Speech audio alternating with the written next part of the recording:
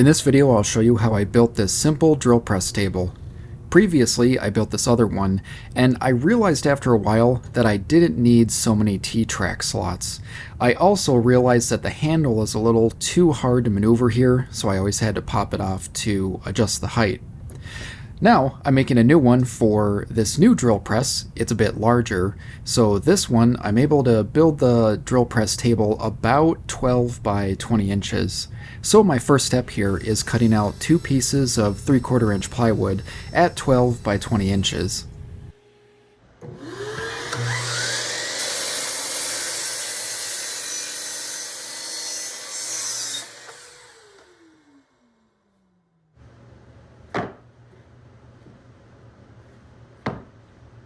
I want replaceable inserts in this base. Normally what you do is you use a sacrificial piece of wood underneath your workpiece. That way you can drill all the way through. I don't want to drill right into my base here and have this really dinged up. I'd like to have these inserts so over time when they get damaged I can just replace them easily. I'm mapping out a 4-inch square right where the drill bit lands. That way it's big enough for any kind of drill bit I'm going to use on the drill press.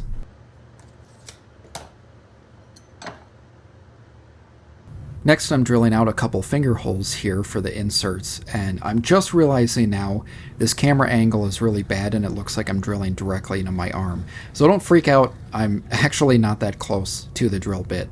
But I'm using an inch Forstner bit here, and I'm drilling two spots on either side of the 4-inch square I mapped out.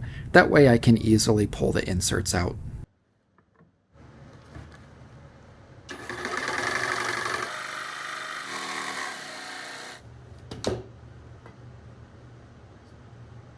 Now for adding the T-track, I'm only going to have two slots which will be used for both the fence and the clamps. And for positioning, all I got to do is put one of my clamps in the slot here and make sure that it reaches the center of the drill bit, so that way it'll clamp whatever workpiece I have. And for routing it out, I'm just going with a router table. You of course can also use a table saw with or without a dado stack. You can always just take multiple passes. Any method will work just fine.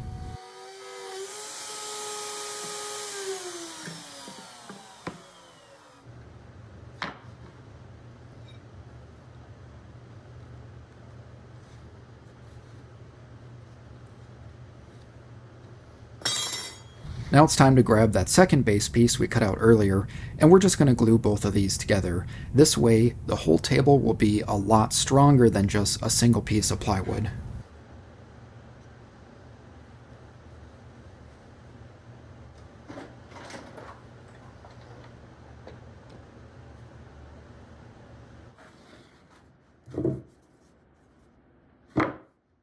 Now we need a fence for the back, and this will also be made out of 3/4 inch plywood. It'll be the full width, so I'm cutting two pieces 2 by 20 inches, and these will just be sandwiched together.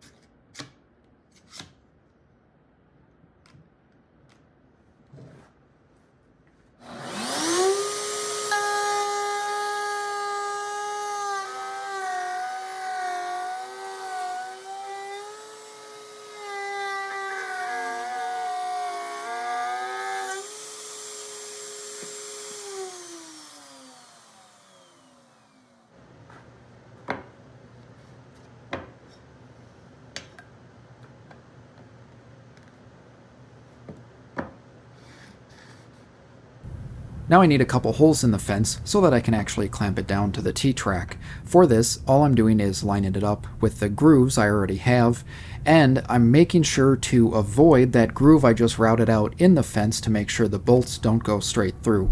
One other thing to point out here is that I'm using a 3/8 inch drill bit even though I'm using 1/4 inch bolts, just to give a little bit of wiggle room so I don't have to be that precise.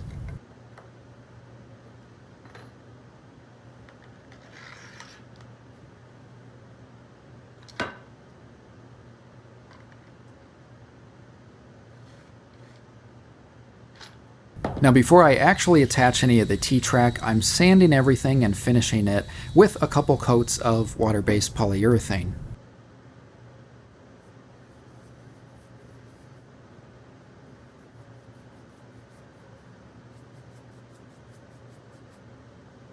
Some of you may have already caught this, but I completely forgot to leave room for the handle.